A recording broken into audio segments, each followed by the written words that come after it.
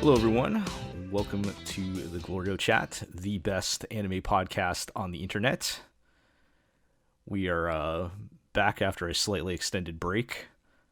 We took last week off for several reasons. One of them being that there was still a lot of new shows airing last weekend, and it was going to be a bit much to get them all crammed in. But that means we've got a big episode this week with all the new fall 2021 shows to talk about. All the hot new shows you've not been looking forward to.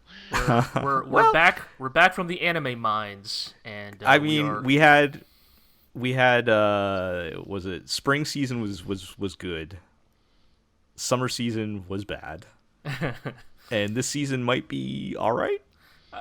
This feels more like perhaps a return to equilibrium. Yeah, like I would it is say not. Anime seasons are officially Star Trek movies now. Well, I think it's more that I'll be real. Like, I don't think, based on early impressions, I don't think this season is going to live up to like spring season. I think spring was unusually good. Summer was unusually bad, even by anime standards. And this feels like a return to the status quo. You know? Yes. So yeah. That gives us a lot of things to talk about. So, indeed. Before we get into it, to introduce everybody, I'm Jel. I'm joined by Iro. Hi, I'm still here. Not dead yet. Still with us. And we're joined by G. What's good, everyone? And we're joined by Aqua. I have in fact been dead for a very long time, but I can still communicate with you through the power of technology and anime. Yes. Do you have the power of God and anime on your side? I have the power of this will probably be my Halloween prank kind of thing, because I won't be on the show for another 5 months. Well, clearly there's nothing better to do in the afterlife than watch more anime, right? So. I mean, that's what happens when you go to hell. See, I just alley-ooped that one for you. All right. Well, let's get into new shows, and I figured this would be a good one to warm up with. Let's talk about. I get how are you even supposed to say this technically? Takt op.destiny. Sure. Yes. This, of course, is a tie-in multimedia project thing with a mobile game. The Stop us if ultimate you've heard hallmark this of one quality. before. And the general premise being that the girls are famous pieces of classical music and they fight monsters. That being said, this is actually pretty good. Yeah, listeners, but coherent. Yeah, what if Listeners was good?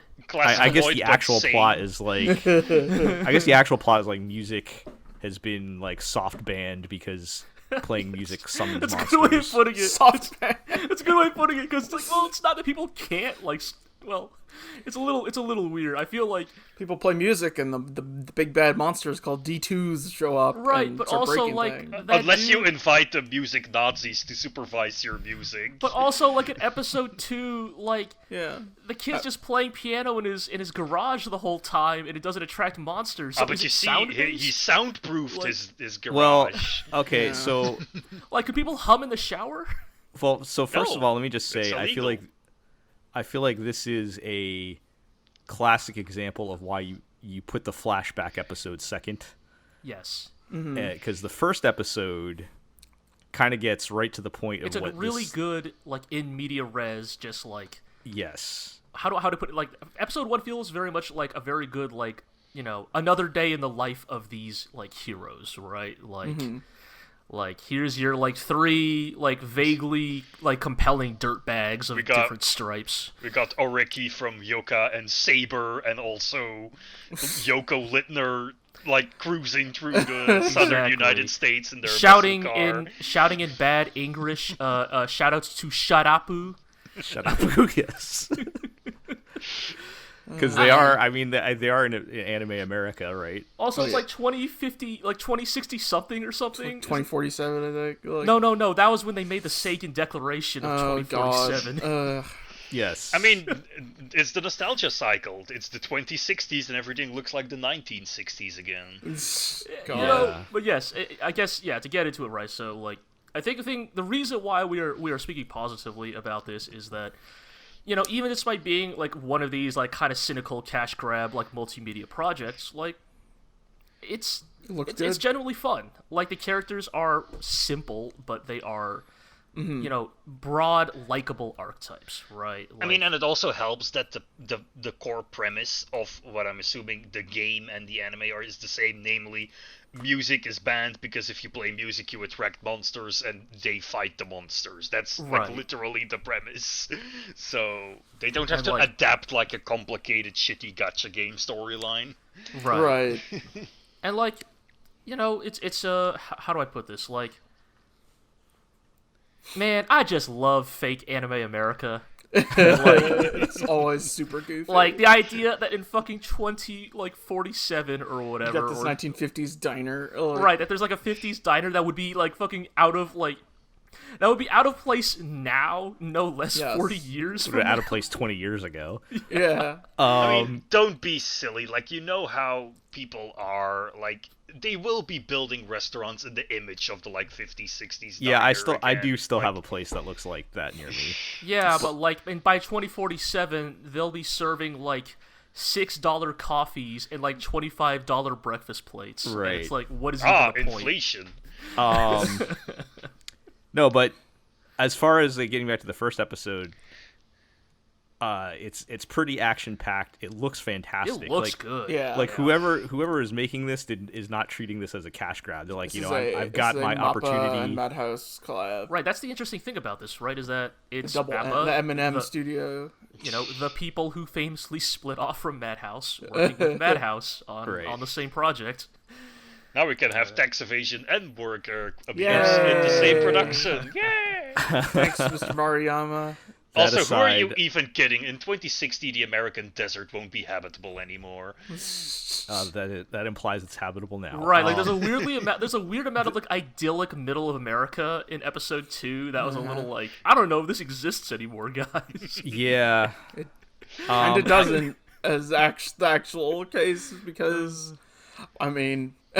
You're right. Yeah, if this were the real world, Cosette would have gotten beaten up for being French. No.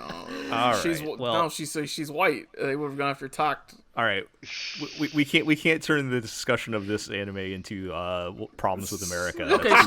Then here's the thing, right? Like, yeah, it's a really like. I mean, it sounds like a broken record, but like episode 1 is just like really excellent from a presentation standpoint. Like, it looks slick as hell. I think Iro, you pointed out that a lot of the animation is being handled by like Fate veterans. So like the animation, the action director for this show did a lot of key animation on like more recent Fate stuff. Yeah, I'm not surprised at all. Explains all the big lasers and sparkles and shit, and very much that sound effects. like that very much that that look of like really streaky lights like flashing across like as beam attacks are firing off, and then it has like this weird like panty and stocking segment. I was gonna bring that up. Looks really good. That would have fun little bit. Yeah, it's when she does her little flashback of what happened at the factory or whatever. Yeah. She's like. It's like, and I think that's a good example of one of the things I also like is how they never take themselves quite too seriously. Yeah. Like a lot of it is very serious, right? But they still inject a little bit of, I guess, self-awareness or whatever. Yeah, I mean, I think this. Yeah, it's still fun. Yeah, I wanted to say, like G said, the characters are like stereotypes, but they're still lovable. Like you have Cosette, who is like the standard like saber emotionless warrior lady, but she's like, on the other hand, they make it so over the top. They're not also they're not just like cool badass. I'm not gonna litigate this. No. I'll stick up for Iro here. Saber is not emotionless. She is stoic due to the things she witnessed during her war against Mordred. Anyway, yeah. I mean, I'm not dunking on Saber. I'm just saying. I will say this is what they're clearly trying to go for. Well, that like, said, I will agree with you there, Aqua, because also both Saber and Cosette like to eat a lot. So. yeah. Yes. But I think what also helps Sella is like when they get to episode 2 and before she got transformed into a music person, and she has a like normal personality. She's just like a regular girl, right? Yeah. It's like, I'm not going to say it's emotionally affecting because I barely know these characters, but Right. it is an effective way to set up the stakes, right? Like, you start to get that, like, really good, like, creeping dread in the flashback of, like, uh-oh, this is what she used to be. Like, that's not how she is currently. Like, Right, what, something went wrong. what went wrong here, Yeah. right? And they made it clear by establishing in the first episode that she's quote unquote broken, and they're headed to New York to quote unquote fix her. So, yeah, apparently, that's where you go when you Yeah. are broken and you need fixing. You go yeah, to- New York, famously. Well, I might have some bad news for you guys, but But And- yeah. yeah. Okay, I'll say this. I know this is probably not how it's going to go, but if these people are truly writing fake anime America to its fullest, then I need, like, the guy in New York who is the famous fixer of instruments or whatever to be, like, a 68-year-old, like, Jewish guy who Yes. has lived in New York City his whole life. God. You know? Yeah. Like, just crotchety old dude who just wants nothing to do with this, but look, man, if you need to get your brass instruments fixed, you gotta hit up Jerry on 16th. Like, it's gotta be him. Like, nobody else knows how to fix these the way he does. He's been doing this here for 40 years. And when you get your instrument back, it will stink like cigarettes for the rest of its life, but it will be cigarettes of love. yeah, I am looking forward to them getting to New York for sure. I as much as I enjoyed the first 2 episodes, I do feel like this can go downhill very quickly. Oh, yeah, no, this show has mad Fena Pirate Princess energy. Like what's oh, we'll get to that next episode, but But what I mean is, like, a lot of that, like, this is really fun and spontaneous, and there's a lot of really good energy here, but like a manic episode, I can see this running out, like, 4 episodes in. like what's going to yeah. happen when they introduce all the characters in the OP? Right, Right, next when the- episode they will come across the 3 identical Einstürzens and Neubauten siblings who like speak weird, unintelligible prophecy at them for like 20 minutes. Do not remind me about listeners, please. God. That did happen. At least listeners had a good OP. Yeah, it did. I'll give it that. All right, well, a surprisingly good start on that one. Let's hope it does not fall apart. We'll see what happens. Let's hope. I Speaking get the of, feeling yeah. this is Go might ahead. just gonna end with like every time we go like, hey, this is pretty good for a gacha game adaptation. Asterisk. I'm willing to give it enough credit to just say it was just good, even without that caveat. So, I mean, All it right, helps that they're focusing on like the core trio with only like one elaborately designed 5-star, as Yes, opposed that's to most why of I'm these shows concerned. which are like have hey, this is character, you like her, right? You want to roll the gacha Well, for her? Here is her obligatory 5-second cameo. the game, worth noting, the game is not actually out yet, but Ah. I'm just going to throw that out there. But that's why I'm concerned about what's going to happen when the rest of the cast comes in. Is it going to ruin the balance of things? But anyway, Ira, I think you were going to transition to our next. Yeah. Digimon Ghost Game, the new Digimon show, finally freeing us from the yoke of Digimon Adventure 2020. Are you truly free? Is there never just always free. going to be a Digimon running at all I times? don't now? know anymore. Yeah, I mean, we were more or less free. They have. I don't think they have announced any old Digimon related projects. No. When I say are you truly There's that free, movie. I mean Oh, right. like, were you truly freed from your shackles, or were you given no. new No, shackles? no, the scars are absolutely give the it scars new are forever. shackles. G, the scars are forever. New So shackles, I take new it then shackles. Digimon Ghost Game isn't very good. It's better. It's not terrible. It's better than we've had. But now, it is.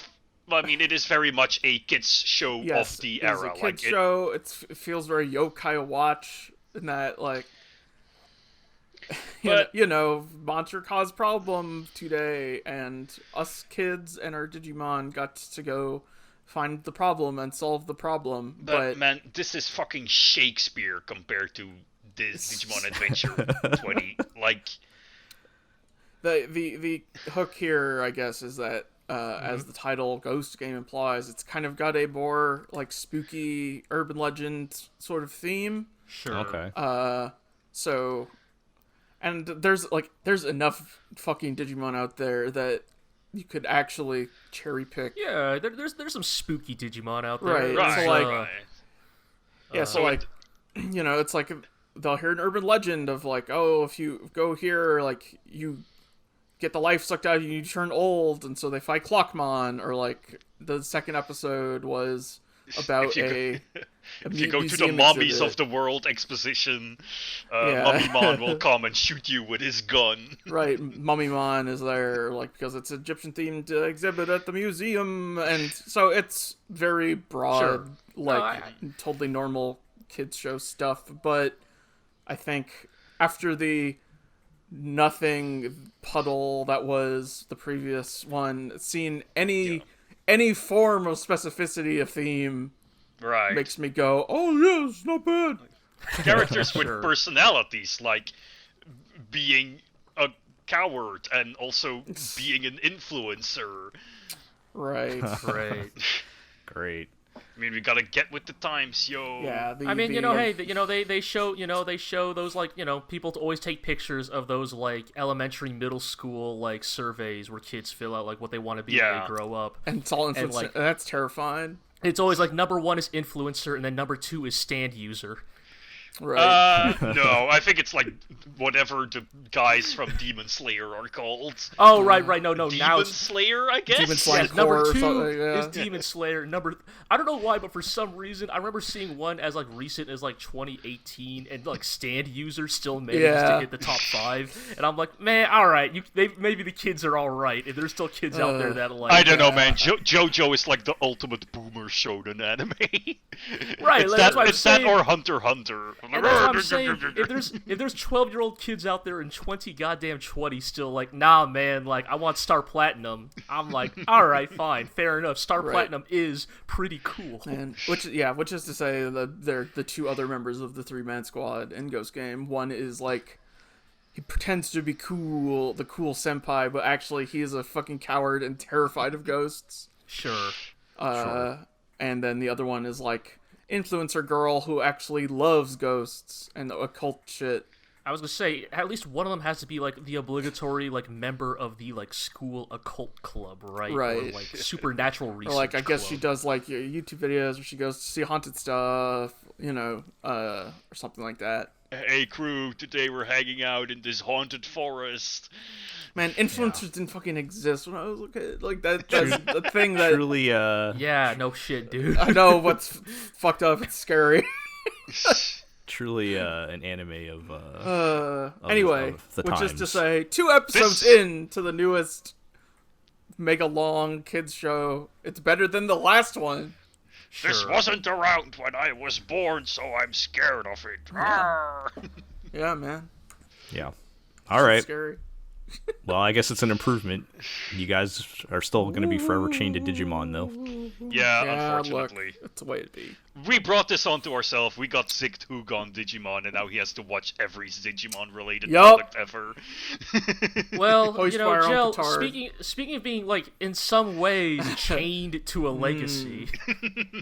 A legacy that somehow I, the obligatory mecha guy, managed to sidestep at the GLORIO blog. How did I end up in this? I don't even know, but I all think right. even back then, I made it clear I was not a Muv Luv fan. That I just, Yeah. I It had is never very liked weird, Muv Luv. G, that you can be a mecha fan who was on, like, Twitter a couple of years ago, and somehow you were not pummeled to death by Muv Luv is the greatest fan of Okay, all time. yeah, I just so don't like let's- it. I just like- straight up, I can make it clear here. I don't care for Muv Luv. Sorry. Yeah.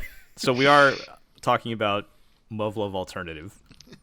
The Muv Love. Yes. So there's so much context we could get into that I'm not going to get into. You can read my post for all that. Or you could just tweet the words Muv Luv on Twitter and summon an entire army of horrible people you can then block Does Muv immediately. Luv still have an army in 2021? I don't know about that. It has a fan base. It it definitely has a- does. I'm As sure someone- it does. I mean, it certainly is that kind of show that certain people will bring up whenever you mention anything, not unlike a certain 1988 OVA. Okay. Now you wait a second. All right. Let's everybody simmer down here. Let's talk about the anime at hand, or we're going to be here for 3 hours. And I will make you all stay for 3 hours till this list is done. All right, so Muv Luv Alternative, of course, is the highly regarded, at least by visual novel fans, visual novel from all the way back in 2003. God. Wow, pre-Fate. Muv Luv Alternative specifically is like the best one, the crown jewel in the Muv Luv franchise, which is why it's surprising to me that they decided to do 2 other adaptations of spin-off novels instead of this over the years since the game has been out, or the VN's been out. I mean, honestly, the way I look at it is that Muv Luv Alternative is like the bad version of like the problem UFO Table ran into of we're going to adapt Fate and we're going to adapt every part of Fate except for the original Fate. Right. And that very much feels like the trap that Well, Muv Luv fell into. Of At least UFO Table had an excuse because there was already an adaptation. Yeah, there was of at least the a first pre-existing Virgo one. Fate. fair like- enough. Yes. But, yeah, so if anybody doesn't know what Muv Luv is, it's a aliens invade Earth story. They're wiping out mankind. Mankind makes Mecha to fight them back. Yes. It's generally a very deadly serious military drama type of thing, but since it's visual novel, it's focused on a bland male protagonist surrounded by colorful anime girls that want to sleep with him. Oh. No, but you see, Iro and this, they actually sleep together. Well, Damn. okay, so sounds first of all, serious. as far as the anime is concerned, putting all that context aside, if you definitely have to watch the first 2 episodes, which I did against my better judgment, because the first episode does what the last Muv Luv anime I watched way back in 2012 did. Suck. Well, in the first episode, it's entirely a flashback where they introduce some tough female pilot who seems like she should be the main character, only to then immediately be sidelined in the next episode for the bland male protagonist who's the actual main character. Oh boy. So episode 2 is like, this is what the anime actually is. One thing I forgot, I forgot that there are some bits of, I guess, supernatural elements in Muv Luv that I forgot about. Okay. Because generally it is, like I said, a very serious military drama. It's a real robot show as far as the robots go. And I kind of forgot that there's some weird magic stuff going on in the background. And in Total Eclipse, which is the one I watched, it didn't really matter. But in this one it matters because the main guy is like stuck in a time loop or something. Oh man, time Sure. loops. Visual novel with a time Yeah, loop. Interesting. Tell me more. That's how you set up your framework for justifying a VN structure, right? I guess so, yeah. Yeah, and as far as, again, trying to focus on the anime itself, the first episode was fine, I guess, if you like watching people get murdered by aliens. The second episode I love was Alien. the second episode where they skip ahead and introduce the main guy was barely comprehensible. Oh baby. I mean, that sounds like an issue of like, look, they are adapting a very like Right. Yeah, long I think running, in many circles, venerated like property, and they're probably running into the issue of like, well, can we even realistically cover everything in like 13 episodes or whatever? Yeah, While on the I other think- hand, also like, oh, we can't cut anything because we might cut someone's favorite thing. Well, like, no, I think they were trying to rely on people being familiar with the source Oh, material. Right, so to a that's certain what I degree. was that's actually more what I was hinting at. Is like, is this one of So- those things of like, well, the only people who are going to watch this are people who are big fans. Right. So we Yeah, can- so like when the guy gets introduced, he's like, "Oh, I have to go find Sensei and talk to her." Who's Sensei, of course, is some hot lady, scientist or something, and it's when he's trying to get to her, like it feels like it's supposed to be some like dramatic, intense moment. I'm like, I have no idea who any of these people are. Like maybe if I had played the games, it would have made more sense. The thing is, like, even the actual Muv Luv Alternative, like, its original form relied on you playing Yes, the 'cause it's like the non-alternative third- Muv Luv third and knowing game in the whoever it series is or from something like that, that, yeah. right? Like, So right, because this is like original Muv Luv is like a high school dating sim. it's like a kind of regular, thing. yeah. Right, Like, and this is just like all of these characters except now they're in a mecha setting. I mean, they're like in a Muv Luv serious- Alternative was literally Yeah. like it was like it started out as, I mean, not like as a joke, but it was very much like just like the Final alternative, Group like or whatever, yeah. it was literally just the guy dead. It was like, wouldn't it be cool if these characters that were now mecha pilots? Right. yeah. And it's like a Persona thing of that just ended up being the way more popular entry in the franchise. So without wasting too much more time on this, basically, I don't see a whole lot of reason to watch this unless you really like Muv Luv Alternative. If you have no idea what Muv Luv is, just stay away. I'm warning you now. And surely there must be some better mecha anime airing this season that you could watch, right? Big Tony counts. Big Tony is a mecha. He Oh, counts. well, okay, well, that's later. That's Okay, much we'll later. get to Big Tony later. So anyway, let's move along then. In our mecha power hour here. Save us, Megaton Musashi. Yes, let's talk about Megaton Musashi. Sure. Yeah. The actual level 5 Yokai Watch property Yes. of this season. So does what, this have anything to do with Musashi Miyamoto? No. No, Oh, it's just okay. it's just that alliteration is cool. Yep. Right. For our very Get a Robo inspired kids mech anime. Yes, it's the thing I kept saying. The thing I kept taking away from watching episode 1 of Megaton Musashi is that this is essentially like level 5's take on like the beginning of Get a Robo. Yeah. Like- Of course, now that I've seen Get a Robo, I'm now seeing it everywhere. Yes, yeah. Welcome to the fold. But yeah, it's so the thing that surprised me about Megaton Musashi is like I was like, all right, level 5 like mech thing that's gonna be like Yokai Watch. It's probably gonna be a real like standard kids show, and then it like has this like weirdly intense premise. Mm-hmm. Like they reveal that like the GameCube a sleeper hit custom Robo. That the world of Megaton Musashi is a world in which aliens invaded and wiped out 99.99% of the human population. Mm-hmm. And the last, like, bastion of the human race has been corralled into a final, like, underground bunker city, where everybody who lives there has been mind-wiped to have forgotten the events of the last 3 years so that they may live in an idyllic recreation of the old world. Yep.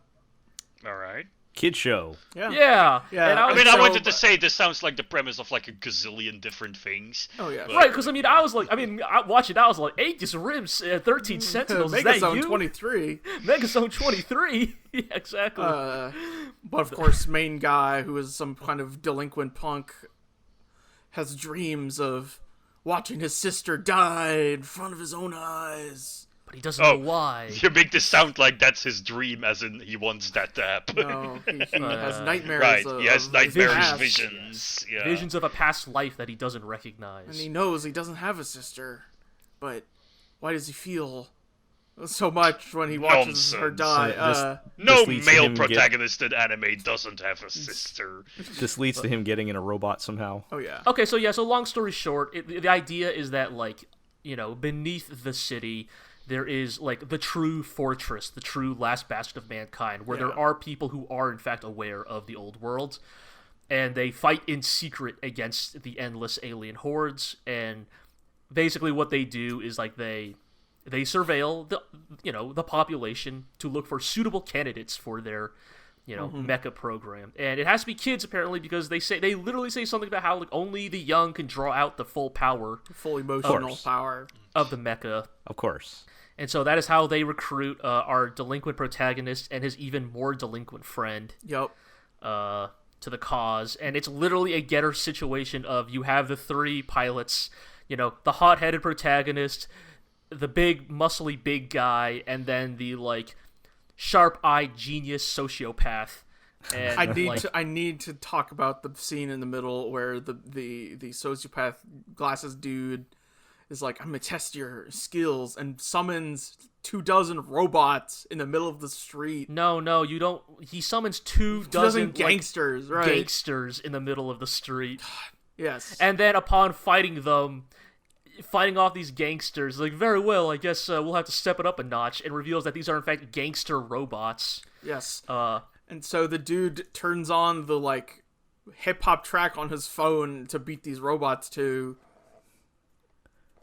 So remember that? That happened, yes, right? yes. He's like, right. He's like, man, I need my ass. I need my rhythm. Yeah. Yeah. That's almost as bad as the Final Fantasy Origins thing that was going around. But we're not going to get into that. So this is like Baby's first Getter anime. Is that Kinda, yeah.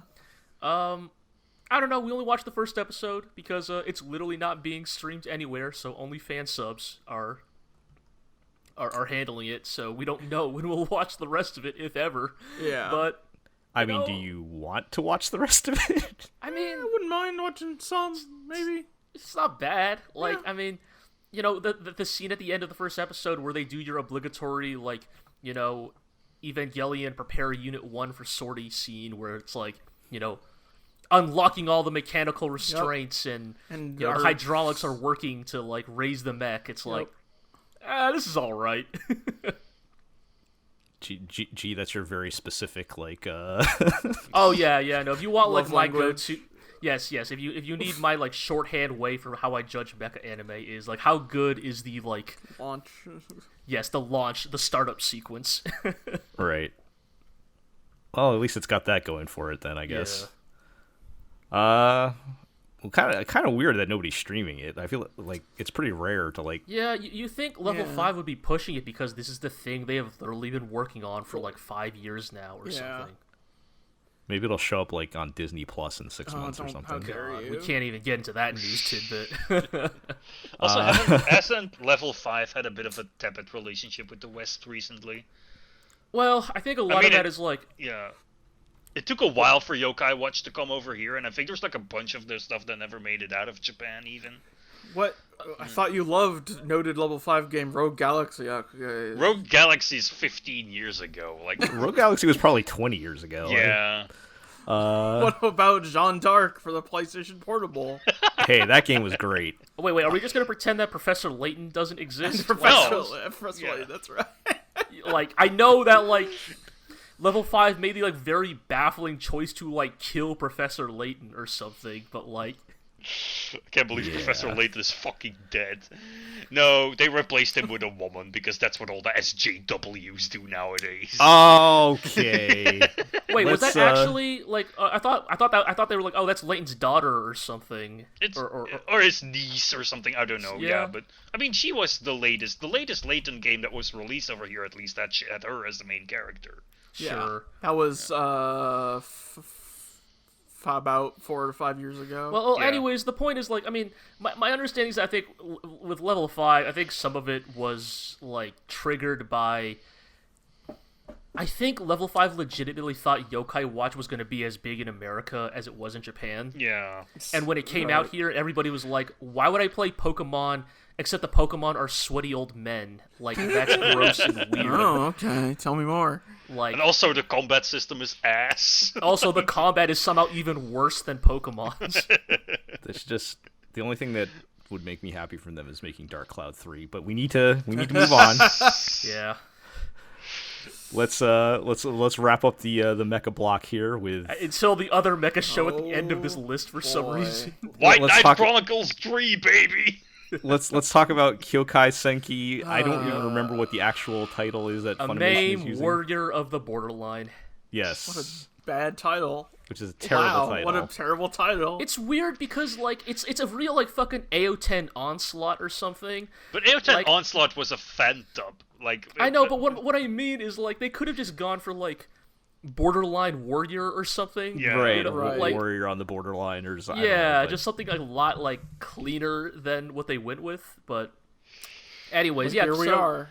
Kyoukai Senki, the latest and long-awaited Sunrise anime original mecha, the first since Crossange, was it? Crossange. Yes, wasn't it's Captain been- Earth really? after that? No. Oh, was Captain Earth? Also, Captain Earth was Bones. Was that Bones? Jesus That was Bones. Christ. Yes. They really I know. haven't done one since, because I feel like that was like No, 10 dude, years ago. Wow. Yeah. Last we checked the last Sunrise. Like, yeah, look, there have been Sunrise adjacent like original mecha anime like Guilty Crown and stuff, but we're talking about made by Sunrise specifically. Pretty sure Crossange Guilty Crown the was last one. before Crossange, but It yeah. was, yes. Yeah. It's just that for some reason Guilty Crown gets lumped into that like weird milieu of like I mean, Sunrise anime original mecha. that's the writer, I not think. not right? wrong. Yeah. Yeah. Yes. But Anyway. Yep. What And- about? Is this exactly what you were expecting? No. Well, it's weird. This is weird. So Kyoukai Senki. So Kyoukai Senki's premise, I go over this in my first look post, is maybe one of the most like trepidatious like premises a mecha anime can have, Right. which is that glorious Nippon has been Taken over by foreign power. yes, taken over by the Gaijin like overlords and Is must it like overthrow its triple oppressors. parentheses foreign powers? Yes, and Like- make Nippon great again, basically.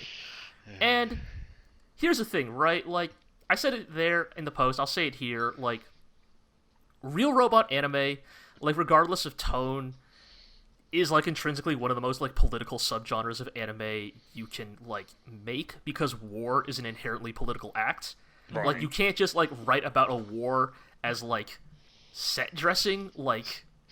Yes, you can if you work for Ubisoft. Well, you can try, but it doesn't. Yes, but it's like Right. the inherent geopolitics of like what a war is, like in concept, means that like even if you are treating it flippantly, you still have to write factions with like political aims.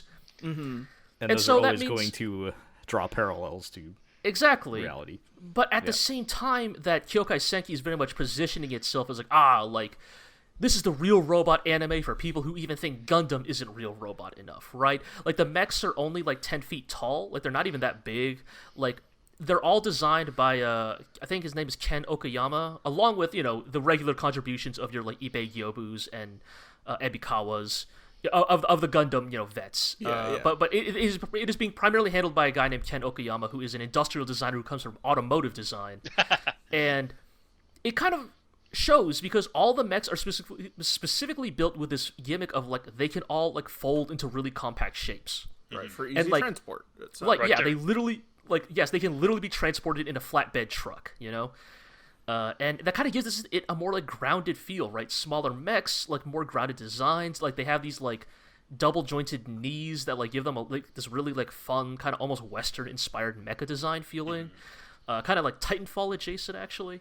Like, And, what if we actually made mechs as weapons of war? Like, Yeah, and, like, it's... That part is, like, I mean, I legitimately love, like, almost all the mechanical design in this show. But then... the character design is being handled by, like, the Gundam Build, like, character designer. Right, so And everyone they're looks these- like they're a teen from a kid's show. Right, and there's, like, these cutesy, like, literally, like, Yokai Watch adjacent mascot characters. Yeah, when I first And- saw this, like without reading anything, just the art, I thought it was like a Saturday morning kid show. Yeah, like, the OP literally sounds like a Gundam Build Fighters OP. Like, it's back on adjacent. So every time I see that opening, I'm like, all right, we're gonna build some plastic toys and Right, like have a every time- toy fight with no stakes. Exactly. I mean, again, and the designs don't help. Like, it's like you're talking. You know, you got these like fucking, you know, evil imperialist foreigners talking about taking over Japan, and they look like the fucking, like, you know, mean rival character from Gundam Build Fighters or something. And it's just like, it's really incongruous. Like, I'm really not sure what kind of story the show is trying to tell, because, like, the subtext of the story is a lot of, like, real robot classic stuff, you know? Like, the human cost of warfare, right? The idea of children being drafted into conflict. This idea of, like, what is war but the final extension of, like, politics. Mm-hmm. But, like, it's all kind of toothless, both in presentation and content. Right. And so it's like... There's no actual politics or statements behind the 4 factions that have taken over Japan. It's just really an excuse to have your Advance Wars red bad guys, blue bad guys, yellow bad guys, and green bad guys. Like, the 4 factions that are implied to to have like split up Japan, a little bit similar to the way the Europeans split up China a century back, is like, it's like the United States, like a European coalition, Australia, and then China. And it's like, okay, sure, so those are your 4, like, blocks that have split up Japan, but, like, what are their aims? Like, how did they split up Japan? Like, how did they argue who got what piece and for what reason? All the show gives us is, like, Japan's economy fell apart because of the aging population, and then the foreign powers came in to help the economy, but actually just took over and split it up. Right, like, even the reasoning for why Japan, like, has to, like, be colonized is, like, super, like... hokey. So the thing I said about this, and I will wrap this up quickly because I don't want to give the show that much screen time, is, like, a lot of the colonialism and, like, xenophobia and oppression in this show kind of feels like what happens when somebody in a first world nation tries to write about oppression. Right. In the sense that they don't actually know what real oppression looks like. Right. I wanted to say, this sounds like one of those, like, hokey dystopian YA novels where the dystopia is based on something completely arbitrary, like, oh, you're being oppressed because you have magic powers. Yeah, it definitely feels. It definitely feels like a way. It definitely feels like what you often actually do see. Yes, in a lot of, like, white written YA fiction of, like, privileged people trying to gin up ways for how they would be oppressed, but, like, to any marginalized group just comes off as, like, hokey and irresponsible and, like, laughable. The way privileged people write of oppression, which is, you see, I'm trying to highlight how arbitrary oppression actually is by making it equally arbitrary in my fiction, when, like, ignoring that in reality people come up with very realistic sounding reasons for why they should oppress people. Right. So, is this going to be like you guys' spiritual successor to 86? God, I mean, 86, which is also running again this season, which we have not presumed watching. I don't know, man. Like, if Kyoukai Senki keeps going in this direction, we might just have to pick up 86. Back up 86. Like, I feel like we had more 86, interesting... which had more nuance. We had more interesting conversations about 86. I'll say that. At least it was more interesting, right? But the mechs are kind of cool. I won't lie. I've already pre-ordered some Gunpla from Kyoukai Senki. The mechs do look cool. Congrats, Kyoukai Senki. You won. You got me. Did you ever end up getting the ones from 86 as well? No, I do think about it sometimes, though. Okay. Like, I really love those spider tanks or whatever they have in there. Sakura Wars Kobu. Yeah. Anyways. All right. Anyway, yep. It took me the entire segment to remember this, but I was going to say, how was the Price of Smiles not a Sunrise original anime? Right. I forgot about the Price of Smiles. I just assumed that was Sunrise original. Push the stop all war button. Deploy the tactical big ass ramp. Yes. All right. Go back and find those old episodes for that discussion. Smiles in blood. I mean, listening to you guys discussing the Price of Smiles will be far more entertaining than watching Kyoukai Senki, so... Yes. All right. Let's move along then. Let's talking about Ranking of Kings, which I don't really know a whole lot about, other than when I saw the art, I just automatically assumed it was a manga from the 60s, but... Right, yeah, it's not. That's the thing. Like, this is a show that really flew past everyone's radar because A, it looks like a kid's show or like a weird 60s manga that you're not really into, and B, it just looks like, generic Dragon Quest fantasy. But I picked up some positive buzz and I checked out the first episode. It's a really good show. So, What's the it is, premise? yeah. So the titular ranking of kings, it's like something that's like vaguely alluded to, but basically, it's the Middle Ages and there are kingdoms and kings, and there is a kind of like arbitrary ranking of kings that determines, what makes a great king. Do his subjects live good lives? Are they safe? Or does he achieve noble deeds in battle? And the show is set in the kingdom of King Boss, Okay. who is I'm assuming the predecessor of King Boss. Führer King from Full Metal Alchemist. So King Boss is like the 7th ranked king in the world, so he's like this huge guy. All right. And he has a son named Bocchi, and Bocchi is like this little tiny dude, and he is both deaf and non-verbal, so he can't speak and he cannot hear. Huh. Okay.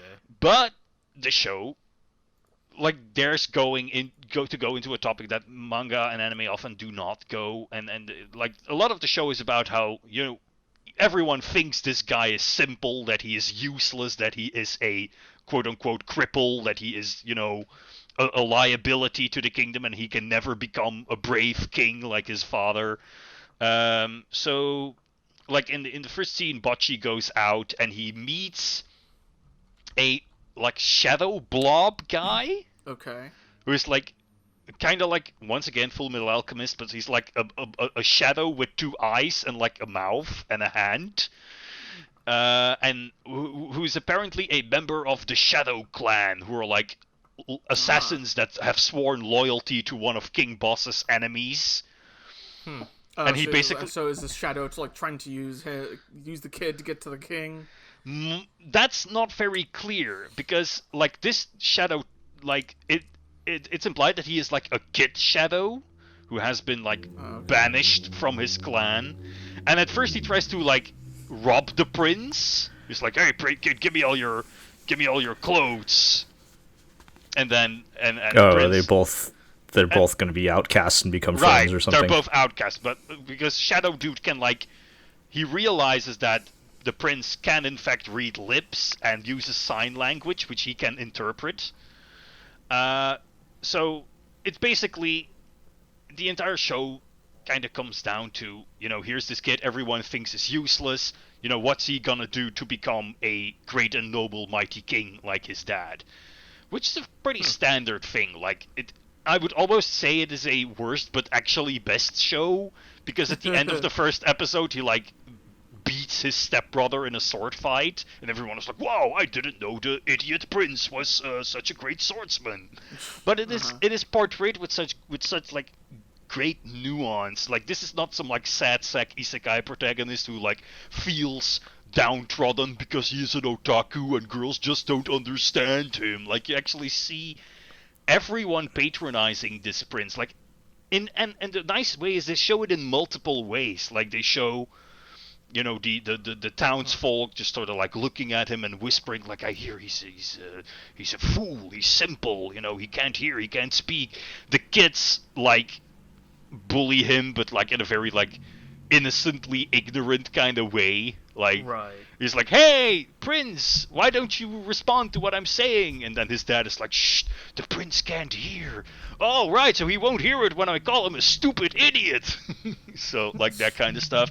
And then, like, Right. even the like people in the castle sort of patronize him. Like, his stepmother is like, "Oh, you're not as good as my son."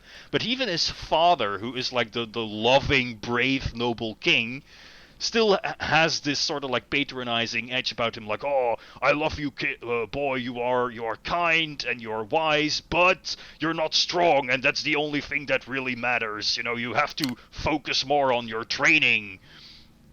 And his Right. sword master is like the only one who actually bothered to learn sign language, but even he like is shown to be like comically kicking and breaking stuff in the background while Prince is being bad at his sword practice. So they really like nicely. Is it more of like a light comedy tone thing? It is hard to say. I would like, the closest thing I would call it. It's a fairy tale. Like, it's a traditional fairy tale, and it has some like comedic tones, but it also has some like darker undertones, like with the shadow people and the whole history of them being assassins. I So mean, I'm even the concept itself, if you think about it, is a bit heavy. right. Yeah. But so I'm not sure what this is. Like, is this going to be like, it looks innocent, but it's actually super dark? Or is this like generally supposed to be something that tries to, be for the whole family? But in general, I really liked it. I have a real fondness for anime that can like be used to quote unquote introduce anime to normies. So like, Right, okay. and this is very much like there are no red flags here. Like there's nothing quote unquote anime about it. Even though it is lovingly animated, it has some great like character animation. There's a cool sword fight between the prince and his stepbrother at the end. So Apparently this is Wit Studio. yeah, it's with Studio, okay. right? So I was quite surprised by this because indeed it looks like a kind of like kids anime, like very much like that 1960s style of like world storybook theater or whatever it's called, like that kind of stuff, like the super tame, super saccharine. Everybody's like, very round. Yeah, I mean, like I'm watching the PV and it's like. I hate to bring it up because we were just talking about it, but I am kind of getting a little bit like level 5-ish vibes. Yeah, I was like, just about to say this looks like Professor Layton. Like it looks very maybe, much like Professor Layton. Like Ni no Kuni adjacent in terms of aesthetic. But then I'm also watching this PV and I'm like, oh, is this the like secret Sakuga show of the season? yeah. Like everybody's gonna be talking about like people are gonna be talking about stuff like Takt, op.destiny, or like Komi. Yeah. But like, is this going to be the one that is like secretly hanging in the background, be like, actually no, this is the one that like got the like so and so freelance animator to do this scene. Yeah, or something. there's a lot of nice looking shows. There are. Yeah. It's cool that this came out of nowhere though, because like I'll admit, like I saw the art and I was like, okay, sure, kids show, whatever. Not my speed, whatever. Like just complete, like barely even registered this thing. Yeah, like I said, I just kind of filtered it out because I thought it looked like just like an old manga or something. Like right. It's been around for 50 years, and I just not familiar with it or whatever. Okay, I mean, though, if they were to make a new anime for Cooking Papa, I would absolutely. All right. Well, yeah, I have no idea where this is going. Like, is the ranking of King's Thing actually going to play a role, or is it really going to be like a character piece about this, like, disabled kid trying to find a place for himself in the world? But I'm interested. So yeah, sure. I mean, that's interesting. Yeah, I mean, I might have to give that an episode. We'll see how it goes. Check it out next time. All right. Well, let's get to my self-indulgent pick. Let's get to the list gel show here. podcast. Well, baby. I'm not getting too excited. Let me put it there. Yeah. But let's talk about The Vampire Dies in No Time. This is an extremely fast-paced, loud, obnoxious, and very, very, very stupid comedy, which means it's might as well be right up my alley. The general premise is there's like this vampire hunter guy. He goes to kill this legendary vampire and finds out that the vampire is extremely weak and just dies instantly at the sign of any adversity. Hence the title. They basically run like Manzai routines with the vampire hunter's the straight man, and then whenever the like, how you died already. well no, the dying is like instead of getting hit with a fan, he just dies. It turns into dust. And yeah, worth noting, it's interesting that it's set in like present day. Okay. So there's also a lot of like working adult humor because the vampire hunter guy is running his vampire hunting agency. Oh, Devil May Cry. And the two of them, through various circumstances, the two of them end up becoming a buddy cop duo that hate each other. And it's the first episode was I thought it was pretty funny. There was a good variety of jokes. I liked one of the main bits. They were chasing around like this little asshole kid sneaks into the vampire's castle to play his video games, and they're trying to get him out, and he's like running away from them on a Razor scooter and like taking pictures on his phone and threatening to post them on Twitter. Wait, how can you take pictures of a vampire? We did with the digital now. Yeah, cameras don't use maybe mirrors. that does not apply to digital photography. Oh, right. They didn't I get guess that that far makes into the sense. weeds. Or like, I don't know. I don't actually know. I'm just. Well, you I'm just see, making it shit was up. actually just the silver in old mirrors, and now newer mirrors don't use silver. So Of course. yeah, one of the or like one of the early jokes, when the guy finds out that he's like super weak, he's like, the vampire's like, yeah, I was gonna tell people, but the town like built a tourism thing around his castle, like, oh, it's the legendary vampires, like, I didn't want to ruin their economy, so so there's a lot. So that, yeah, the first episode was pretty funny. I like these kind of like loud, stupid comedies. And then episode 2. Is it like, so what's the problem? Is it like, oh, this thing only has one joke, or like, well, this thing does not have enough jokes to sustain its premise? They have a pretty good range of jokes, but they introduce 2 new characters in episode 2, and one of them just like turns to the camera and says all ethnic Koreans should be banned from Japan. Like, is that the problem? No, they just kind of suck. They're not very funny, and they spend a lot of time on them, and also they get mildly homophobic. Hey, boy. Well, let me just put it this way: in episode 2, they fight a vampire who is a very buff naked man with flowers growing out of his dick. And does he get turned on when they hurt him? No, but there's a lot of like, I clearly only like women, and the thought of a naked man in my presence is absolutely repulsive because I'm straight. And don't remember, audience at home, I fuck. Yeah, I was gonna say, is this like I was just about to say, if you want a vampire-related comedy full of awful asshole characters who snark at each other and remind each other that they fuck, watch Netflix Castlevania. Anyway, yeah, and then the characters that they introduce are like, they go way too hard on this one joke where the vampire hunter guy like wrote an autobiography about his exploits that sold really well. Mm-hmm. Which was good as like a one-off joke to show how famous he is. Yeah. But then like they decide to bring his editor in, who's demanding that he write a second volume, and they spend half the episode with for some reason his editor has a battle axe that is chasing him around, and it's not very funny. Okay. Okay. Editors, and then the other characters and then the other character they introduce is the lady from the police vampire control division, who's just like this stereotypical tsundere girl, and it's very boring. So I don't know, man. It's a mixed bag. Is it better than the other vampire show this season? That's not even. Oh my god, we didn't even on this list. We didn't even include on the list. I totally forgot, but we did watch the first episode of was that the Cosmonaut vampire? Yeah. What was the fucking name of it? Irina the vampire cosmonaut? Is that yeah, something like that. Yes. I didn't. Vampire, right? I didn't know anybody on the podcast today actually watched that, but we watched the first episode of that just because as the fucking like somehow the only person on this blog who is a fan of the anime Planetes, I am obligated to watch anything related to like space programs.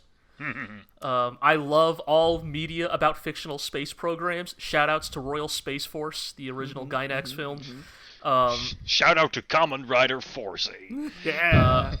But yeah, so I watched this because, like, I'm not gonna lie, I actually kind of love this concept of like an urban fantasy about like the idea of an urban fantasy space program.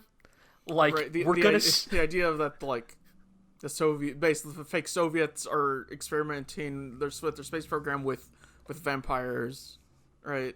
Or like supernatural stuff. It's a super neat idea, and I went into it hoping they would explore that, except that like the vampire girl is only a vampire in name.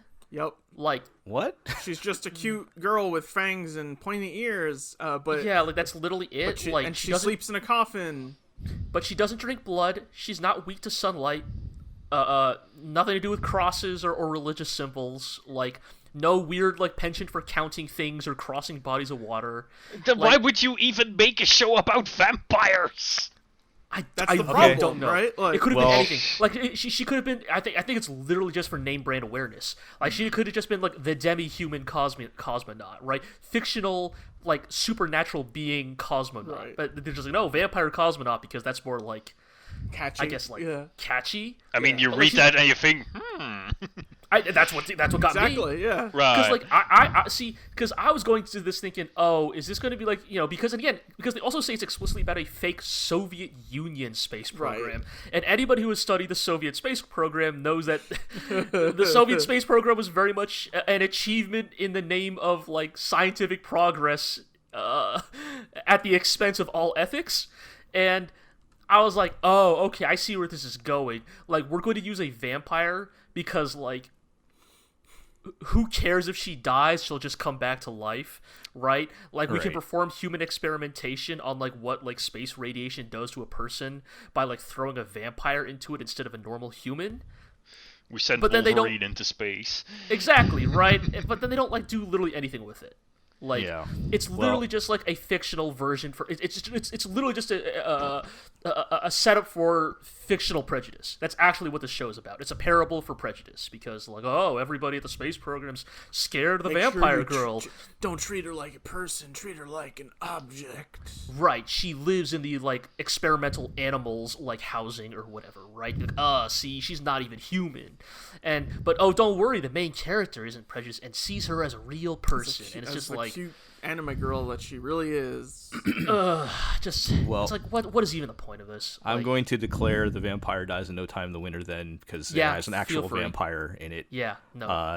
At one point, they take he takes So one good joke. He has a familiar, and his familiar is an armadillo named John for some reason. Okay.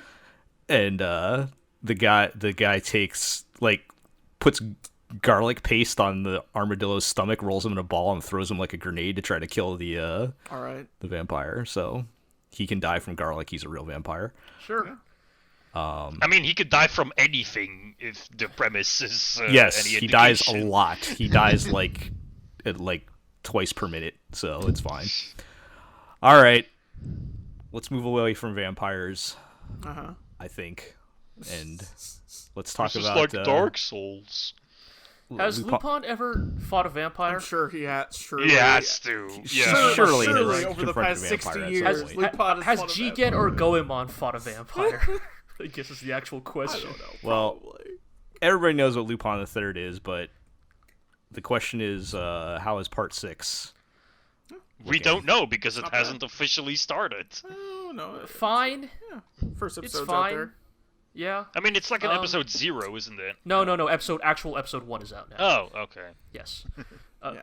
It's in many ways, like, I mean, narratively, it is a continuation of Part 5. Episode 1 literally brings back characters from Part 5. Yes, Albert. Lupin's like weird. Wait, so you're strange- bringing someone back from season 5 and it's not Ami? God damn it. Let's give it some time. Surely they'll bring her back, right? Like, they must have realized how popular she was. Is that But unprecedented to just have that direct of a no, continuation? no. Part 5 had a cameo of the Part 4 girl in it. Yep. It is not Some unheard of. older cameos. I like Yes, it. yes, Or I guess this much of a direct continuation, and more so. But than it just, is like, very cameos. weird because this is very much being treated as like the narrative sequel to Part 5. Right. And Which the is- reason this has me a little concerned. It's because part 5 was like the end of Lupin. Like, Also, Part 5 was extremely good. Yeah. And Part 6 is fine. Right. it's like we reached a fantastic ending for these characters and we're just gonna keep going. And then And it that's just keeps always going. that sits a Yes. bit wrong with me. Yeah. Yeah. I mean, like, So- even if the ending was, and the adventure will continue forever, like, Yeah. But yeah. I think I still would have preferred if Part 6 had just like been like, all right, Part 5 ends on that tone. Here's Part 6, new status quo, new quote unquote timeline, whatever. But they don't, and so it's weird because then you have to think about like this in the sense of it being a post Part 5 show in which Lupin defeats Bitcoin and Facebook. But none of that stuff is mentioned at all in Part 6, other than like Albert is is a character in Part 6. Yeah. And now Sherlock Holmes is a character there, too, and a little girl who is definitely implied to be Watson's daughter or something. Yep. Which just led to me and Eero making great Ace Attorney jokes the whole episode. Yep. I don't know what you're talking about. That's Is Iris it- Wilson. Completely Is Sherlock different Holmes character. like the antagonist, or Kinda, he's being set up as the rival. Yeah. But definitely as the rival to Lupin. Like, Okay. episode 1 literally, like, opens with the implication that the two have history. Oh yeah. A contentious history with each other. I mean, But Lupin's ancestor, Lupin, fought Sherlock Holmes's ancestor, Like, I would- Sherlock Holmes. Yeah, Sherlock Holmes. Yeah. exactly, yes. But no, it's how do I put this? Like, y'all gotta remember, man. Part 5 opened with so good. Yeah. Lupin opened up Part 5 by saying, "So everybody in the world is a cop." And then Part 6 is just like Just like I don't normal mean this Lupin stuff. negative, but it's Right. just regular Lupin. It's baseline, is what I should say. It's not bad. It's not like it's not bad. It's not bad, but it's So fun.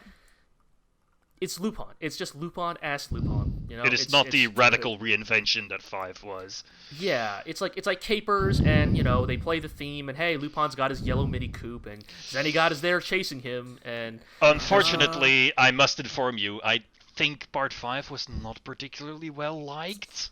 Whatever. Well, Those then- people are fucking wrong. fuck Yeah. those people. They're wrong. No, they're wrong. If people had a negative reaction to Part 5, those people like.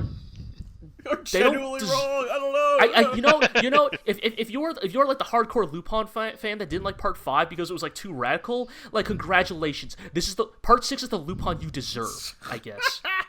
I mean, I think that's it. Like, God. there's That's been a too goddamn- much weird Takeshi shame. Koike shit and like That's weird a Bitcoin goddamn stuff. shame. Let's Yeah. just Because make Part some 5 good old Lupin. Like I'll be here to say that Part 5 is the best Lupin. Like, sorry, dude. Yeah. Like You just it constant, is. like, periodically thinking, man, Lupin Part 5 was really good. Yeah, Out of I mean, nowhere. Ugh. Like it is not it just- even remotely a controversial claim to be to say that Part 5 is the best Lupin. Like, Yeah, like the only thing that comes close, and for me personally, are the Takeshi Koike OVAs. But I also recognize that the Koike OVAs are intentionally like being even more radically different interpretations of the character, much darker, much edgier, and that's not going to be for everybody. I personally like those, but yeah, for me, those are the only other Lupin thing that comes close to Part 5. And again, I hate to like talk about 6 in this tone, but it's just like if you were going to explicitly set up 6 as a follow-up to 5, then I'm going to compare it to 5. right? but That's we're bringing in radical catch. new voices of a generation, like Mamoru Oshii. God. Speaking of, Jigen as Akio Otsuka is fine. You Yep. know, it's I mean, different, he but also it he only works. says like one line in that episode. He only has like one line. Yeah, he does kill some cops though. Always good. Jigen, uh, noted cop killer. Noted cop killer Daisuke Jigen. Jigen. He doesn't Cool. just kill some cops, man. He has Bazooka. 2 fucking rocket. Not just one. He brought 2 rocket launchers with him to fight the cops.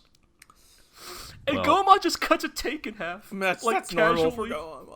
I know, but it's always just really fun to watch Goemon do fucking crazy shit like that. Yeah. So it is good, you know. It's Lupin.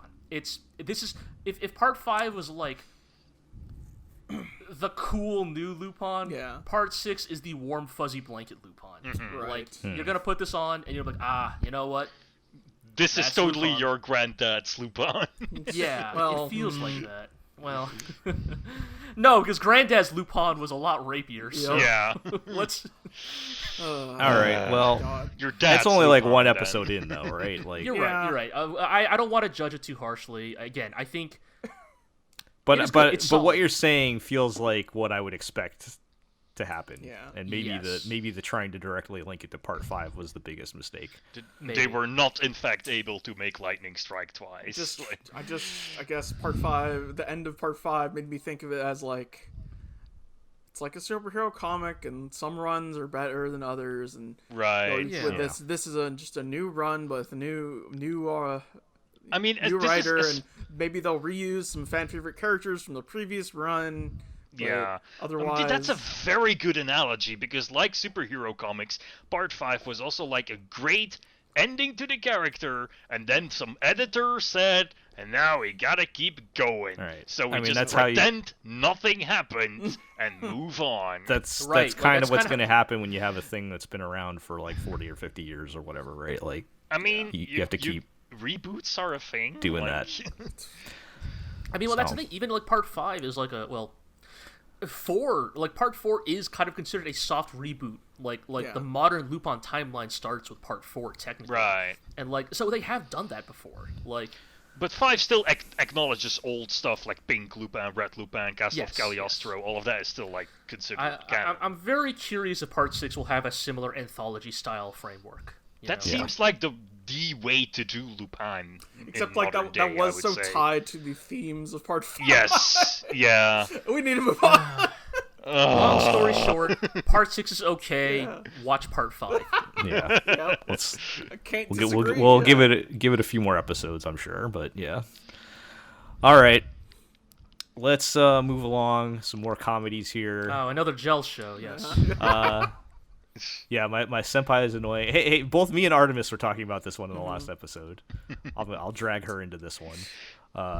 But yes, this was it's a workplace comedy about a tiny little woman who's trying to get recognized at her company, and her senpai / supervisor, who's this giant man that's trying to help her out, and it was very boring. Ouch. Damn. It wasn't awful. Like there wasn't anything particularly gross. I mean, it's a little weird because toward Tiny the woman. end they kind of make a little bit of a like turn, and I think it is supposed to be a romantic comedy. So It like, is like, I mean, based on like just the out of context pages I've seen, I think it is very much Yeah. intended to be like there's a and romantic angle. and to it's it. a little weird because he's like her. I think he's technically like her supervisor or something. Yeah, and, so double weird. and also like he kind of treats her like a child. Yee. Like the weirdest part is at the end of the first episode, and he's like, I wish I could have a daughter like you or something. And I'm Don't. like, Don't say- alarm klaxons. All right, unless you get permission, don't say that to a woman you're dating. I feel like that's yes. Well, they were drunk, so. All right. Well, that aside, it was otherwise a very predictable, boring comedy. It was not particularly funny. The only Joe, good. will you at least make it until the tomboy shows up? I I don't need know. to know more about her. I don't know. G. They did have they did have this one lady that's just walking around the office with a bottle of vodka, so that was pretty funny. All right. See, now okay. that lady's living her best life. I mean, that's not even a comedy character. That's just realist. So yeah, she was all right, but everybody else was like very predictable and boring, and it goes like you can see everything that's gonna happen a mile away. It does look nice because once again, Doga Kobo making nice looking comedies that suck. Okay. I can't remember the last good thing they did at this point, but I saw the other day that they're doing a fucking movie of that one pedophile show they did. Which one? you gotta be more specific. I was gonna say the lesbian one, but that still doesn't narrow it down. still gotta be more specific. The one that's not with the maid. I think I know which one you're talking about. Yeah. Oh, okay. Yes. What's it Man, called? it has been a while. What that then she? Yeah. Ugh. The Y'all remember that Doga Kobo did Ikebukuro Westgate Park? Here in Bucharest What? City. Was that Doga Kobo? Holy Apparently shit. so. Was Remember that? Wow. I think yesterday Okay. for me. That was. I mean, I'm not gonna say that was good. Yeah. Ouch. It was not th- morally don't, offensive. don't they still have to do 4 episodes of that? That's never gonna happen. Yeah. Wow, man, like I feel like we're such assholes because we do this every time, but looking at Doga Kobo by the year, I think that Nozaki-kun was literally the last good It show might have they been, did. and that was like 6 years ago And or then- something. Yeah. And then before, 2014. Yeah. What 7 happened years after ago. the Majestic Prince, Love Lab, and Nozaki-kun triple threat? Yeah. Well, anyway, that was a bit disappointing. I don't know if I'm gonna make it G. We'll see. Damn. Maybe I'll Damn. give it one more episode or something. I don't know. But It's all right. I can always just look for pictures of her on Gelburus, so, you know, it's... And then you watch the basically- episode where she shows up and she turns to the camera and says, "Actually, all ethnically Korean people should be expelled Ah, from Japan." not another problematic hottie for me to get attached to. All right. Let's move on to the better comedy here. Oh, it's time. Oh yeah, we're doing time? this and Blue Period, so it's time for the. Oh please God, please do fan subs. Please refer to the gender non-conforming character by the correct pronouns, or else Twitter will be on fire. Hooray. Well, let's talk about Komi can't communicate. Yes. Wow, I- put a lot of money into this one. Yeah, Yeah. wow, what a ludicrously animated adaptation. Boy, if only... funny. It's funny because this is essentially like on paper. It's This is what just Doga like Kobo should be doing. Yeah. yeah, but on paper it's just like school romantic comedy, or I don't know if it's going to turn to romance, but Of course presumably- it Let's is. be real. Yeah. and but which is like the genre that demands like requires the least amount of like ridiculous animation. Did they fucking and- did they fucking steal all this money from the fucking Golden Kamui and To Your Eternity adaptations? Is this where they got all It's this money? Netflix, right? So this is Like, Yeah. all the money Yeah, that it- could have gone into the Netflix and Ghost in the Well, Shell shows. I don't know, Netflix, or- we give a lot of money to studios to make anime we will then treat like shit. I'll say Ugh. this. I'll say this as far as the ridiculously good animation goes. The hook of the show is that Komi literally doesn't talk, right? yes. So like you got to make up for that somehow, right? Oh yeah, bring in the wacky sound effects. So I feel like maybe going over the top with the presentation Yeah, is almost It is necessary in going this full- situation. Full JoJo sound effects popping up. Like, It really elevates the source material. Like, Yeah. But I mean that aside, it was pretty good. Like Yeah. the premise is very simple, but it's kind of sweet, feel good. yep. Like I mean I don't know if it's gonna be particularly like deep or anything, but it's the. I mean, Aqua, you might know more what's Yeah, going to happen I mean, in the future. I'm literally I going off think one this episode is a of anime. show you would like. Like Komi-san is the obligatory. I read the manga for this show of this season. It's a very popular show. Like, Yeah. Right. Apparently, fans of Komi-san call themselves communists, which is very funny. Oh. But the whole Pretty thing good. is like it's very much an ensemble show, even though it's named after the main character. But it is very much like a show where you have a bunch of quirky characters just bouncing off of each other.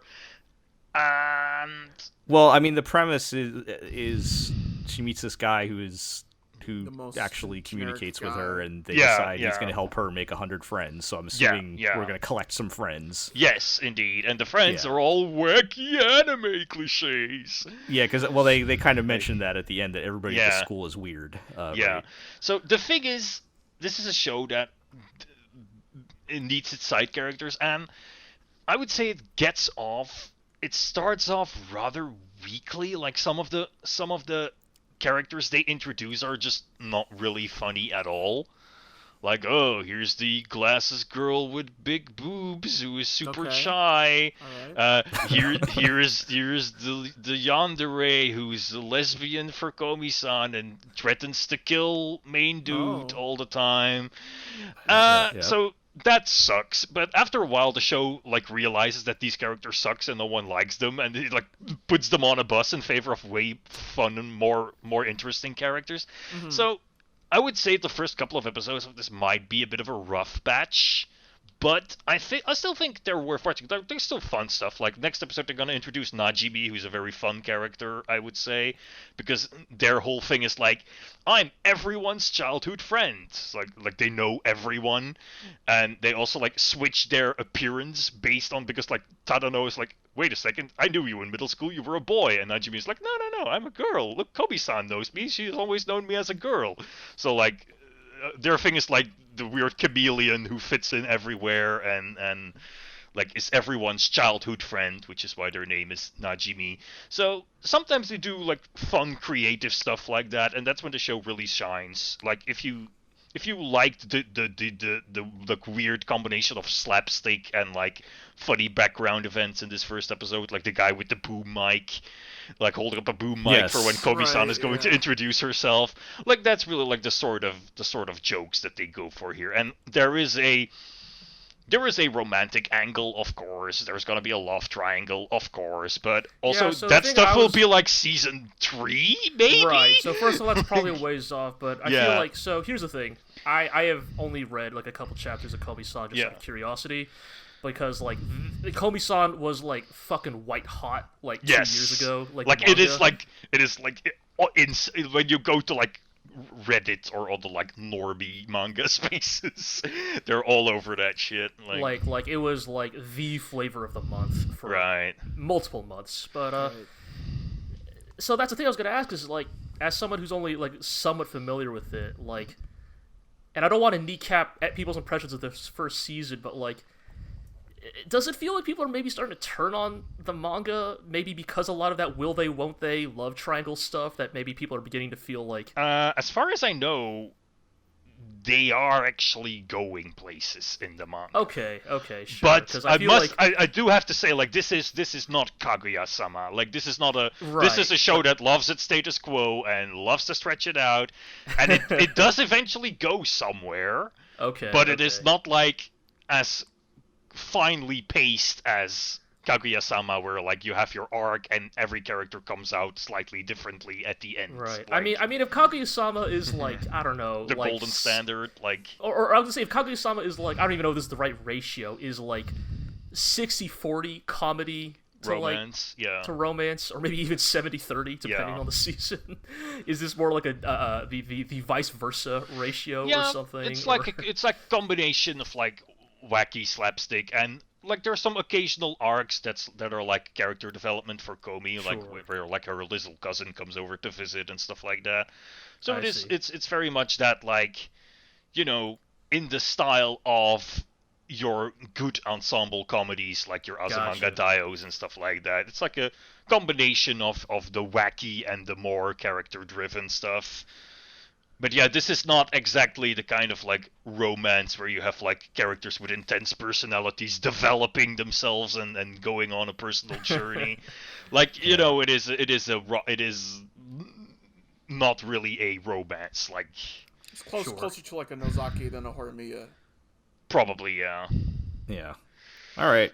Well, I'm just a sucker for silly anime faces. Yeah, so, I mean, that's the thing. Like, this show gets so much mileage out of its great art style. That's enough to get me interested for now. I'm already smitten the moment like Komi goes into her like super deformed mode where she's just a face with two big eyes. That's pretty great. Yeah. All right. Interesting programming note. I think this and the next show.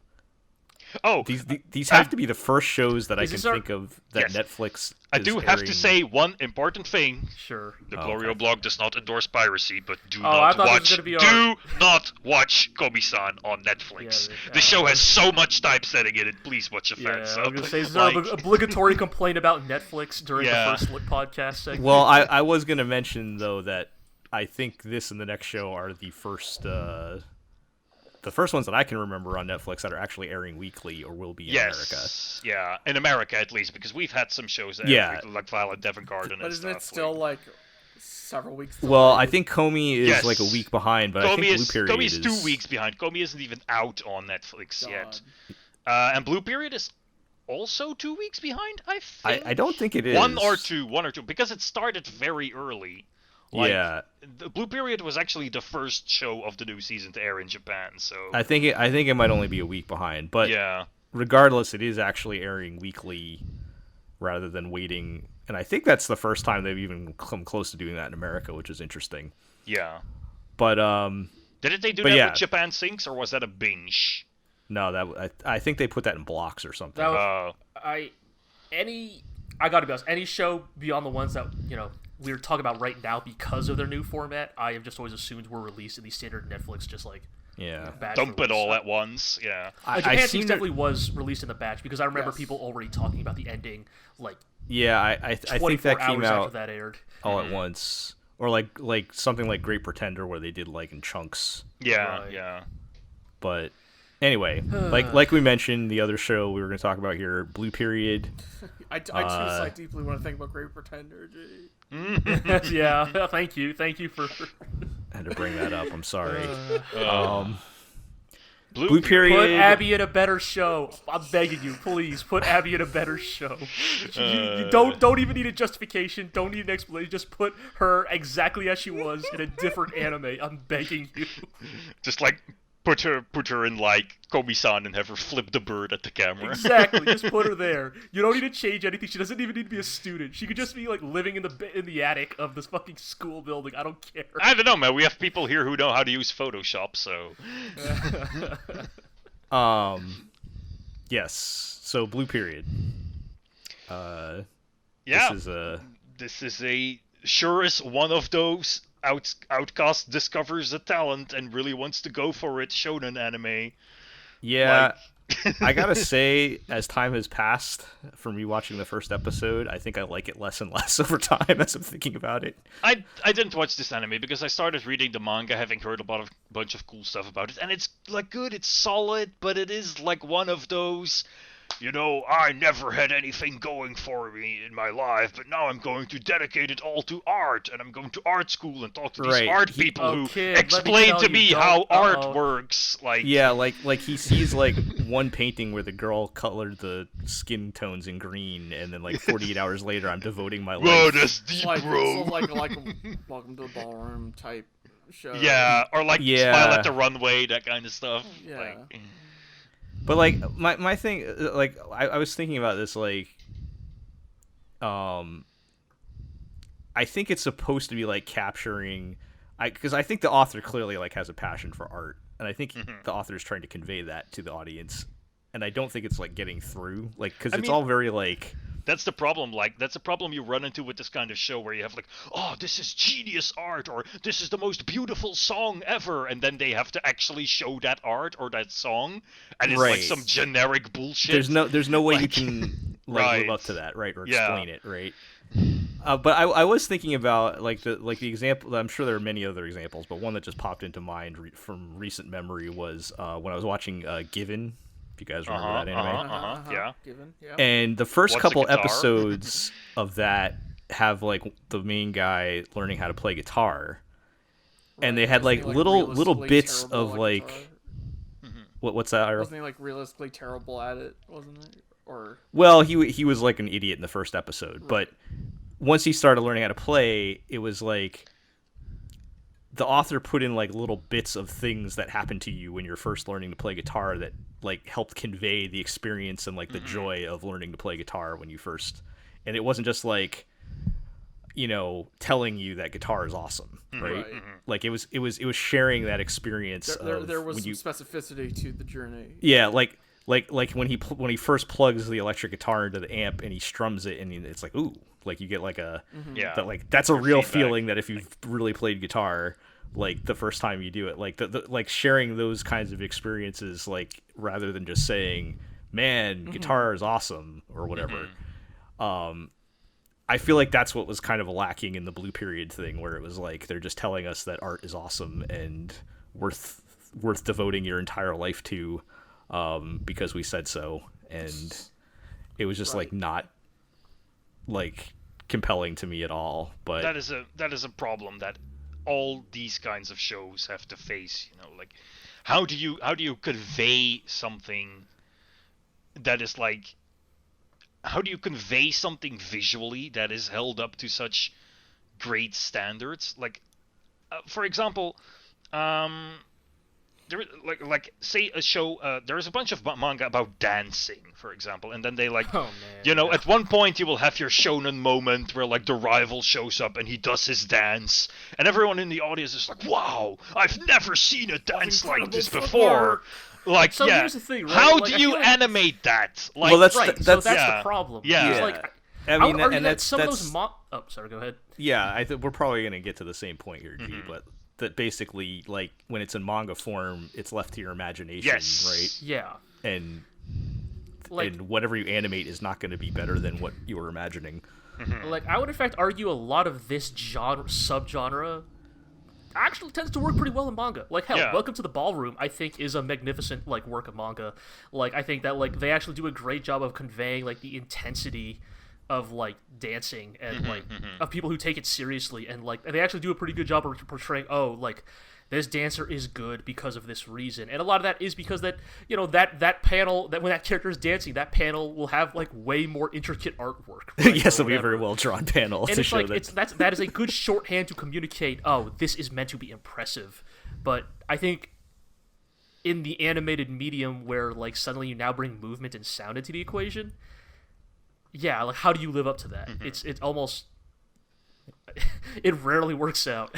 Yeah. And then on top of that, you just have the standard thing in Blue Period where it's just so dry. Like, you have your rival and your sympathetic friend and the guy who's like, no, art is strictly business and I don't care about soul of art, I just do it to make money and stuff like all Wow, their that guy cliches, is literally that guy's literally the dumbest character in that show then, because nobody would go into art for the money. Let me tell you. Yeah. As a currently working professional artist, nobody does this for the money.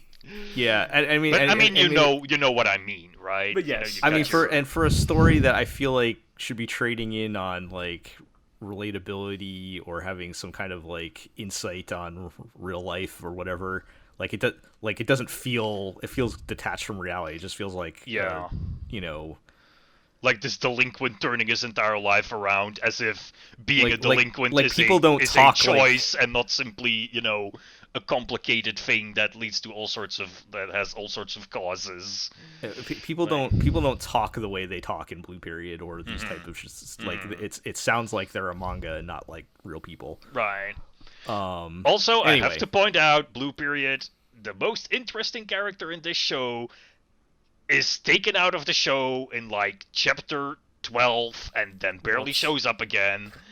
And that's really stupid. Yeah. Well, I think we've dunked on Blue Period hard enough here, so it's really not awful. Justice for Yuka. Like, it's really not awful. Like, we're making it sound like it's the worst show of the season or something here, but it just. But if you're interested in this, just read the manga. Like, yeah, maybe that's the best. This is not something that benefits from being an anime. Like, especially if we contrast this with Komi-san, which really does add value in anime. Whereas this is just like, this is the manga, except now it's in color and slightly, like, the drawn slightly worse, and it's moving. Yeah. Like. All right. Let's wrap up by talking about Sakugan. Let's bring it back. Sacks and guns. Get out, Kimaishi. We missed a mecha on the street. We gotta turn around. We gotta go pick it up again. Yes. How could you miss Big Tony? This was probably far and away my favorite thing I watched. I mean, yes. I said that, I said this to Iro. I really want to hedge against this. Yeah. I hate to be the like boss getting a lot of boss baby vibes from this, but like, dude, the fucking like first 15 seconds of the OP is like fucking the most trigger ass thing that I have seen in a little while. I mean, I think I don't think this is a boss baby thing. There is a clear trigger inspiration in this. Like, even someone who is not a like super trigger scholar like you are, like me, for example, can see that there is a very clear trigger inspiration here. Yeah, I mean, even beyond that though, I think it's just like this is I don't know. I hope this can keep up the energy better than Decadence could in its final stretch, but I think it's already doing better than Decadence was. I don't know, man. Decadence was really good for a very long time. Dude, remember fucking like episode 2 of Decadence, dude? For a good half the show. Remember when like the world collectively lost its mind? Right. With, like, remember the shit mines? Like the shit mines.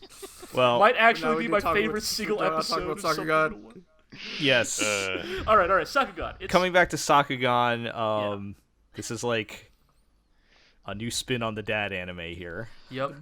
What if that anime, but also Gurren Lagann / Made in Abyss? Where it's a dad and his daughter on like a space colony or something. We don't really know yet. What if they gave Yotsuba a giant robot? And they work on robots and they get tied up in, I guess, kaiju showing up at their colony, Yeah. and Yep. they decide to dive into the abyss. Right. I mean, it's very much a classic call to adventure. Like, Yeah. Yes. Right. Like Through various you know, and circumstances. we- It's you know, the the- hero's the- journey, you know. You have yeah, big you know, dreams, our main characters, who I'm going to take the opportunity to say their names every time I get the chance. Memempu and Gagumber. Yep. Gagumber. Oh, I fucking love it's such a good. It's a Sounds like something father and Goofy daughter, would say. father and daughter duo, right? Yeah, right. Like Memempu dreams of like exploring the land, you know, becoming a marker. She's a precocious, you know. genius child. Exactly. Gagumber is your fucking like kind of dirtbag but well-meaning, like, you know, deadbeat dad. He's like Sex Dad from Garo, except without the sex. Yeah, I mean, yeah, kind of. And they're And robot. they're Big yeah, they're Tony. robot Big Tony, and they go on adventures. Big right? Tony, I mean, who it's- has all the sex. But yeah, it's a very likable like couple of 2-episode introduction. You know, like they immediately kind of do a good job of setting up like, yes, this is the classic like precocious kid and like cynical like adult like relationship. Like, you know, I feel like they do a good job of selling it in the first episode. Yeah. You know, kind of like, you know, getting this idea that like Memempu is like this girl who is just like filled with this boundless ambition, but like maybe, you know, has not really Not been beaten down by life yet. Yeah. exactly. Whereas Gagumber is like kind of a deadbeat dad, but there's also very much an implication of like maybe this man has seen some shit.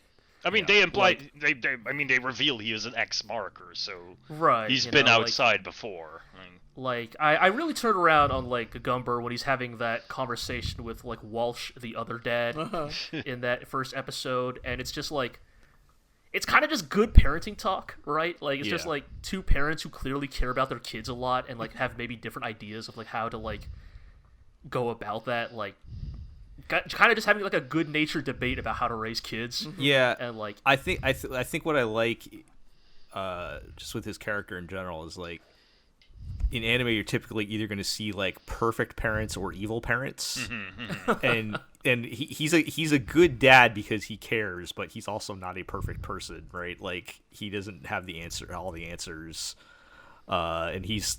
Like much like your real parents, they did not have all the answers either. exactly. And I think that's area is not explored a lot in anime, which is kind of cool to see. And the fact I that mean, this is like basically you have your Evangelions, which is shows made by people who are angry at their dad, and this is the opposite of that, which is shows made by dads who really love their kids. yeah, But yeah, it's you know, I actually don't know how much we can really get into this show because honestly, it is kind of on the simple side, like content wise. But I just think it does, you know, it's a very likable show. I think it's very charming. Yeah. It is. And I think It is broad but deep. you know, sure, let's go. With that. You know, that's probably that's a nicer thing one could say about Sakugan than anything I could come up with because I'm just kind of here for the adventure. You know, I like what it's doing. You know, I'm not necessarily expecting like any like huge revelations or like deep thematic like things to get tackled here, but if this can just be a really likable story about like a kid and her dad like both kind of struggling to figure each other out because like they are family, but also the two could not be more different from each other. Yeah. And like just probably over probably over the course of this adventure coming to see eye to eye with each other as they go through their trials and tribulations. hey, if Yeah, it's, and if it's I also want to. dad anime with robots fighting kaiju, then I mean, Yeah, like this is the that's- point. This is the point. I dig giant robots. You dig giant robots. We dig giant robots. That's anime. Like Yeah. Also, shout outs to Satellite for finally getting stopping- their shit together.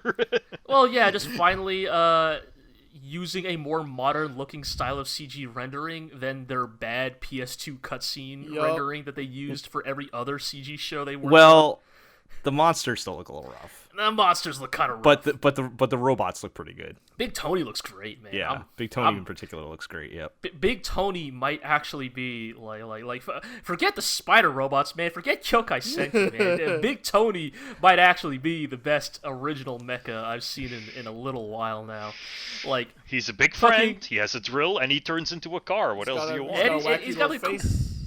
Yeah, he's got like a cool faceplate. He has a little helmet and a backpack. Yeah, like he's got a mech-sized Oh yeah, he has like the backpack. literal backpack on him. Yeah, that's great. Like he's wearing a mech-sized backpack. So good. So Where else is he gonna put all of his stuff? Yeah, his somebody to snacks. sew Not together since a 10-foot leather backpack, or like. It's like little cartons of like crude oil. Yeah. Not since the magic book from Sakura Wars have I loved the giant mech accessory as much as that backpack. But yeah, no, it's another show that looks great. Yeah. Whether it be the robots or otherwise. And yeah, I'm down for the adventure for sure. Yeah. I was kind of curious, like, because I feel like the first episode is pretty silly up until people started dying. Yeah, until like the pretty harsh tonal shift at the And very I'm like, end. oh, okay, we're doing this. Okay. I mean, I'll put it this way: when I saw the Walsh family, I was This like, guy's dead. Right. one of these two is going to die. I was not ready for both of them dying. Rest in peace, Linda. She didn't have proper pants, but she did have a heart. Rest in peace, Linda. Maybe she died because she has the most normal name in this cast. Yeah. She's too much of a normie Bullshit. for a It was show. also It was Linda with a Y, though. I guess, yeah. Yeah. Look, I'm just saying, when you're Linda Walsh and your next door neighbors with Memempu and Gagumber, Gotta get out dog. All right. Well, that show, I like you said, G. It's kind of hard to explain why it's very good. So just go watch it. Yeah. I think I mean, my it's favorite. I thing. think it's actually pretty easy to explain why it's good. Like, it's Dad anime plus that robot anime fighting. with a robot. Yeah. yeah. That's all you need really then. So go check that out. Hopefully, I feel pretty good about this one. I feel like there's less chance of this one falling apart than some of the other shows we talked about. Yeah, but I mean, we've also seen we have seen shows fall apart. Holy crap! Yeah, have no, we no, seen here's the thing, shows fall like- apart? Yeah, like, if you want to ask me, like point blank, what is my favorite show of the season so far, it's definitely Sakugan, but, Yeah. like, I just feel like we've been burned so many times by shows with, like, just really magnificent, like, first impressions, Yeah. Yeah. only to, like, comically drop the ball The in, rolling like, girls effect. yeah, just, like, utterly baffling ways, right? Like, Well, you know, Sakugan has 2 good episodes. I don't know if Rolling Girls made it to 2 good I mean, episodes. Oh, the I first don't episode know. of Rolling Girls was like a 2-parter. Yeah. Rolling Girls, I think, cumulatively had, like, 4.5 pretty good episodes. Yeah, maybe it's through the course of its run, but all right. Well, I think that's gonna do it then. I guess see you all on the next episode of the Big Tony Fan Podcast. Yeah. We'll I ordered that. I bought that. I ordered that Gunpla. Of I course you ordered did. the high. I ordered the high grade Big Tony. I had to. nice. That's out already? Yeah, it's or pre-order, I think. I mean, So- strike it while it's hot. exactly. All right. We'll see how many of these are still around in 2 weeks from now. Sure. But for every show that drops off the list, we get closer to talking about Thunderbolt Fantasy again. So, Indeed. Oh yeah. the It's time real to spin that off into its own spin-off. the real best anime of the past 4 years. But I'm sure we'll find time to talk about It is- that and some of. Also, And it is the- by no quantifiable method an anime. Like,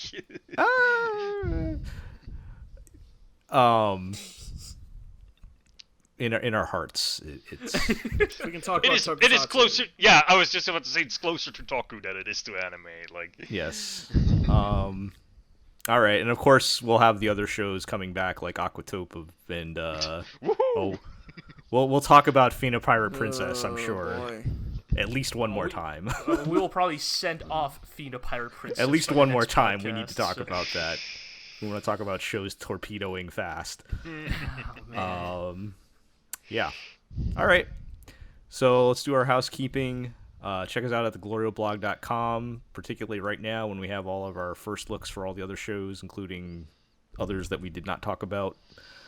Follow us on Twitter at theglorioblog. You can subscribe to the podcast on iTunes, Google Play, Spotify, Amazon Music, Podbean, Stitcher, and of course you can check us out on YouTube. Like, comment, subscribe, all that. Ring the bell. Tell your friends, tell your enemies, and we'll catch everybody next time. Bye.